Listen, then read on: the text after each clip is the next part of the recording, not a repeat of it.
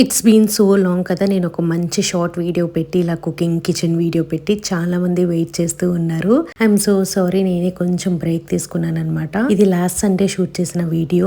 ఆ రోజు నా హస్బెండ్ అయితే చక్కగా ప్రాన్స్ తీసుకొచ్చారు. నరం అదంతా తీయించి తీసుకొచ్చారనమాట. నేను లెమన్ ప్లస్ వెనిగర్ వేసి మంచిగా క్లీన్ చేసి ఇలా స్ట్రైనర్లో వేసి పెట్టాను. ఈ స్ట్రైనర్లో వేసి పెడితే నీసు నీరు ఏదైనా ఉంటే దిగిపోతుంది. అప్పుడు మనకి కుక్ చేసేటప్పుడు నీసు వాసన లాంటిది ఏం రాదు. ఈ స్ట్రైనర్ ఎక్కడ తీసుకున్నారని కూడా అడుగుతున్నారు. ఇది నేను డీమార్ట్లో తీసుకున్నానండి. 1 kg ప్రాన్స్ తీసుకుంటే దానిపైన షెల్ అదంతా తీయించేస్తే మనకి 1/2 kg కన్నా చాలా తక్కువ అనిపిస్తుంది.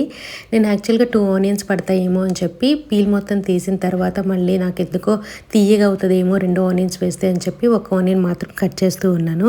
చాలా సింపుల్గా చేస్తున్నాను. ఈరోజు మార్నింగ్ లేకంగానే పప్పుచారు కూడా చేసేసాను.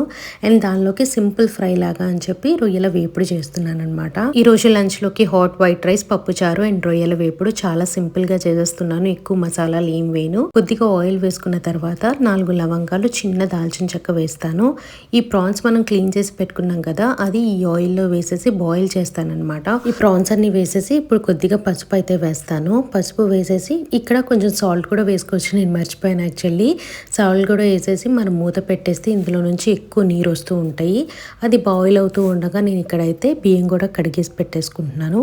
మీకు వాటర్ అంతా కూడా చూసారా ఇంకిపోయి అలా ఆయిల్ అనేది బయటికి వచ్చేసిన తర్వాత మనం వేరే ప్లేట్లోకి తీసుకోవచ్చు. కానీ నేను ఏం చేశానంటే ప్రాన్స్ని సైడ్కి జరిపేసేసి అదే కడాయిలో కరివేపాకు, ఆనియన్స్, పచ్చిమిర్చి వేసి ఫ్రై చేస్తున్నాను. జనరల్గా ఏం చేస్తామంటే ఇది పక్కకు తీసేసుకున్న తర్వాత కొద్దిగా ఆయిల్ వేసుకొని ఇలా ఆనియన్స్, పచ్చిమిర్చి, కరివేపాకు వేసుకొని బాగా ఫ్రై అయిన తర్వాత అప్పుడు ఈ ప్రాన్స్ అనేది వేసి కుక్ చేస్తారు. సో నేను ఒకే కడాయిలో చేసేద్దాం కదా అని చెప్పి ఇలా ఫ్రై చేసి కొద్దిగా సాల్ట్ వేసాను. ఇందాక బాయిలింగ్కి సాల్ట్ వేయలేదు కదా, సో ఇప్పుడు సాల్ట్ వేసి జింజర్ గార్లిక్ పేస్ట్ వేసేసి మంచిగా ఫ్రై అయిన తర్వాత ఇక్కడ కారము, ధనియాల పొడి, కొద్దిగా గరం మసాలా వేస్తున్నాను అనమాట. మంచిగా లో టు హై ఫ్లేమ్ పెట్టుకొని ఫ్రై చేసుకుంటూ ఉంటే ఈ కలర్లోకి ఉంటుంది. చాలా రుచిగా ఉంటుంది. అన్నంలో కలుపుకొనైనా తినొచ్చు, పప్పుచారులోకైనా తినొచ్చు.